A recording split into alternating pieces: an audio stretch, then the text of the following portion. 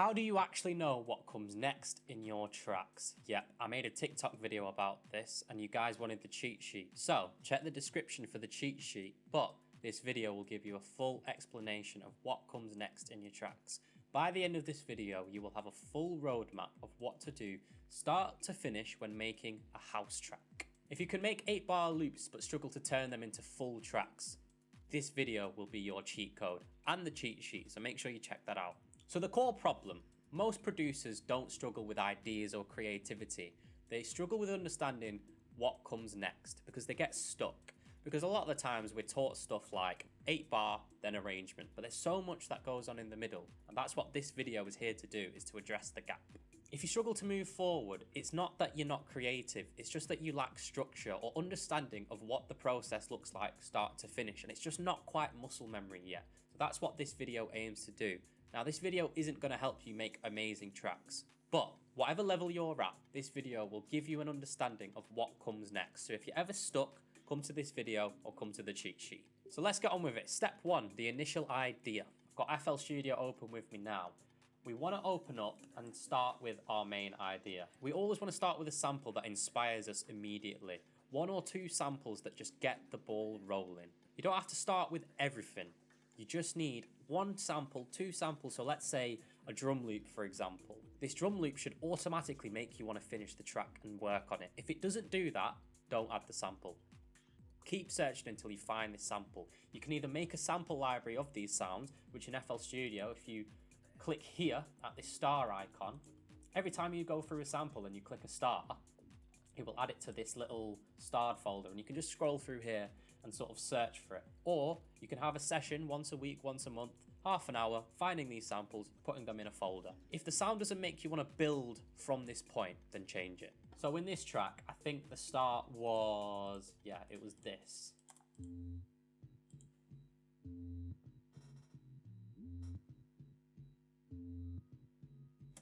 So that's how I started. I started with this bass loop. And then as you can see on the side, we went kick, clap, open hat, percussion hit, and then a nice little cool hit.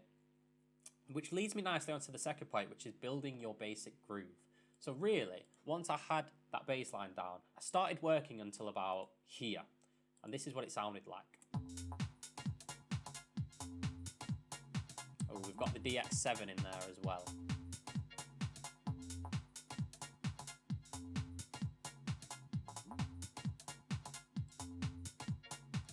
At this stage, once we've got our core idea, our core hook, our initial spark, we then want to build out a kick, a couple percussion hits, a couple snare hits, a hat, and a clap.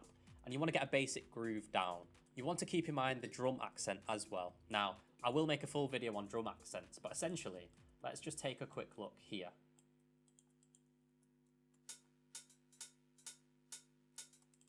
Can we see how we've got these notes hitting at these certain points?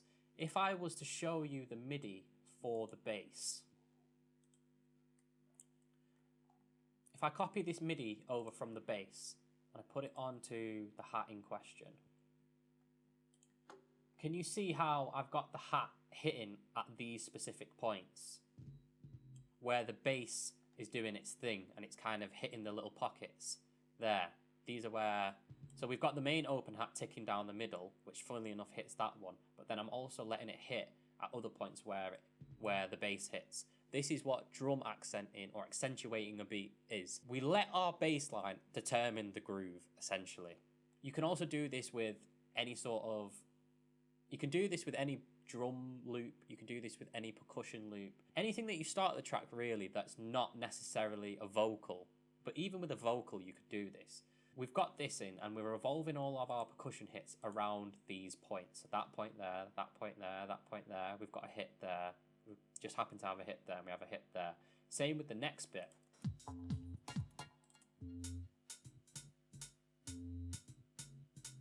See how it's going along with it and it's kind of skipping with it. That's what I've done for all these initial percussion hits that weren't the kick, clap, and the open hat, but obviously I've layered it a little bit. So like let's pick out this. Let's play it together.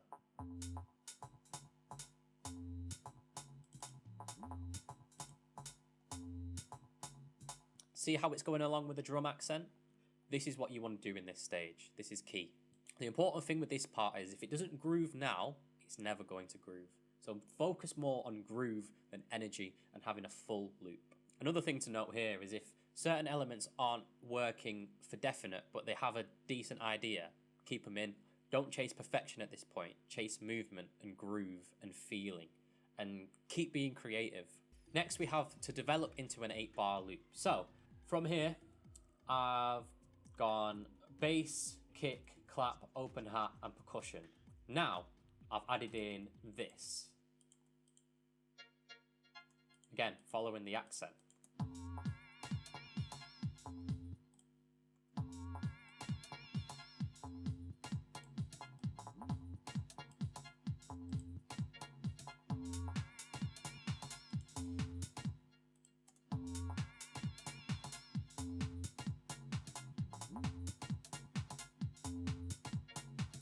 See how it's a bit more filled out now? All we've really done is just added in a few synths, and then I think we added in this. Yeah, we did.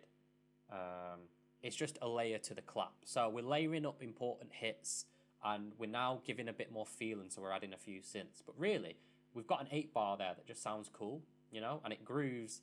It grooves and it's full of energy. The important thing with this 8-bar section is that it should feel like a moment, not just like a still an idea kind of coming together. So you might take a little while doing this, but we can add call and response in this bit between our drum hits or maybe our vocal and synth, or 2 synth hits. We need to add a couple variations, you know, across the 2 4 bars or across an 8-bar. You know, we will want a bit of variation in the drums. But like I say, energy is really important in this bit. The next bit, now this is the bit that I made the TikTok about. It's building our scenes. So from here, we want to develop it into this. This is what I call my scenes. So our main scene, we have main groove. Now, if you want to know how to set these time markers here, then you go from time markers to add one, you name it whatever, boom. But then once you've done that, if you right click add marker, you can add more. So from here, we've got our main bit. I've called it main groove, high energy. That's what HE stands for. Then we've got dreamier groove, medium energy. Like I said in the video, the important thing is that we come up with adjectives or keywords that categorize each scene. And when we add things, we want to make sure that what we're adding represents this word. So, dreamier groove, medium energy. I've taken out this synth and I've replaced it with this.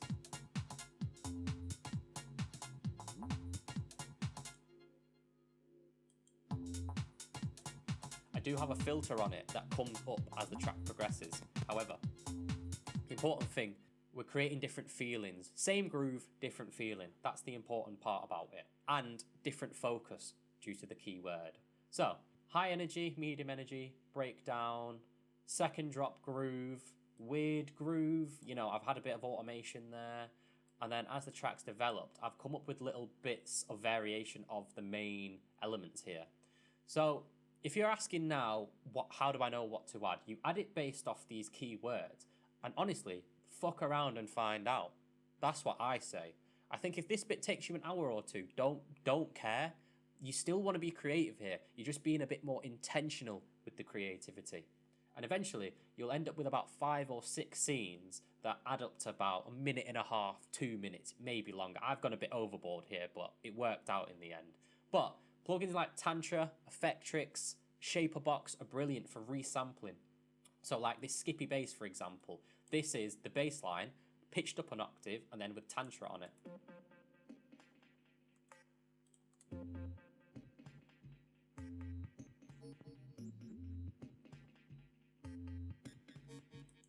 Sounds cool, and we've not had to add anything new, we've just resampled. But don't be afraid of adding new things. Like in this section, this is where I added this vocal. I tell a lie there. This was the original vocal.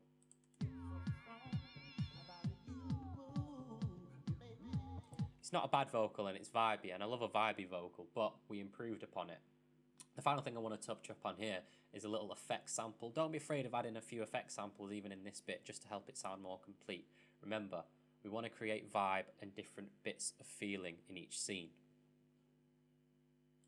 But an important thing to note in this bit is, make sure to take away some main elements in each scenes and replace them with new things. That's how you actually get it to feel different. If you've just got the main hook throughout all of your scenes, it's going to struggle to sound different scene by scene. Next, we move on to our rough arrangement. So, for this track, I actually ended up copying the arrangement of a Fuse track. So, as you can see here, I've time marked it. In FL Studio, by the way, this is a brilliant feature that I think is unique to FL. You can switch from arrangement to arrangement. Now, this speeds up the process because let's say you want to copy the arrangement but make a variation, you can. If you want to separate your scene building and your loop building from your arrangement, you can. You don't just have to have a bit at the start and then have your full track. You can just skip from each one to each one. And look, I've got like 6 here. But yeah, from here, we've tried to build out the full track. And all we're really doing here is copy and pasting the scenes. So like here, we had medium energy groove. I've literally just copied and pasted it and carried it on. So we want to build an intro quickly, right? We don't want to mess around in this bit. Don't overthink this bit. Just build out an intro, build up to your high energy, and then go from there. Build your scenes as you want to. You don't even have to build up to your high energy. But the beauty of the scenes in this bit is you can just copy and paste. Like some of these bits in my arrangement are just copied and pasted from this bit here. And it saves so much time and it saves brain power because you don't have to think about it. You just read the keywords and go, right, medium energy would go nicely into weird groove, low energy, for example. But then from low energy, we want to build back up. So we might go from low energy to a mini break to build up. It allows you to think about it in energy and you can fluctuate the energy. Once you've built your intro and you've dabbled in your scenes, you're going to obviously add your breakdowns. Now, I don't know how in-depth you will have done your breakdowns. You might have really gone in-depth, you might have not. But if you've not gone in-depth with your breakdowns, that's fine.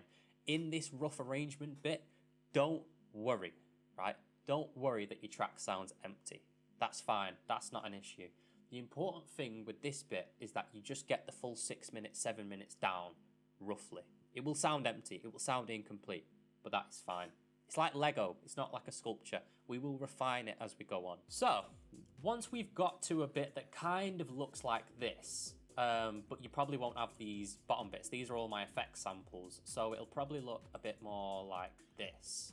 Once you've got to this bit here, now we want to delve into this bit, the automation. I will release a full video on automation in the Track from Scratch series, but you want to start with automation that's quite obvious, that builds tension and releases tension. So reverbs, delays, filters, volume, for example. Once you've done that, I would go through each group. So low end group, what can I automate? Drums, what can I automate? Vocals, what can I automate? Synths, FX, etc., etc., until you get to the end. As you can see here, I've got a bit of automation in each bit, but I knew that the vocal was what needed automating the most.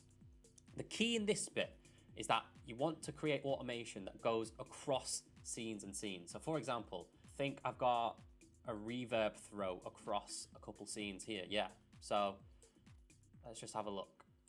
If I scroll down, we've got, so it kind of starts in the scene before and it goes up and then it goes down and it kind of creates a bit of tension and energy. You don't just have to have them across scenes, you can have them in between scenes, you can have them to build tension and release.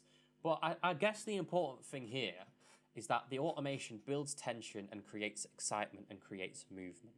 Ultimately, in this bit, again, you might want to spend a bit longer. It's semi-creative, semi-objective, but I would definitely not rush this bit and get this bit right. It doesn't have to be perfect, but this is the bit that turns it from this rough arrangement that's kind of Lego bricks and they're all blocky to a full, smooth arrangement. Then, once you've done the automation, you now want to add these effects samples. Now, the reason why I tell you to add effects samples after is because you want to do your main tension and release through your automation. Now, I have made a cheat sheet about tension and release. I will link it down below so that you know what parameters to automate. But once you've done those parameters, you then want to add some white noises, you know, some of these. I even like to do one of these as well. Bits here and there that kind of just tie the track together, and then I've got my main sort of rise. But remember how I said the vocal? This is what I changed the vocal to.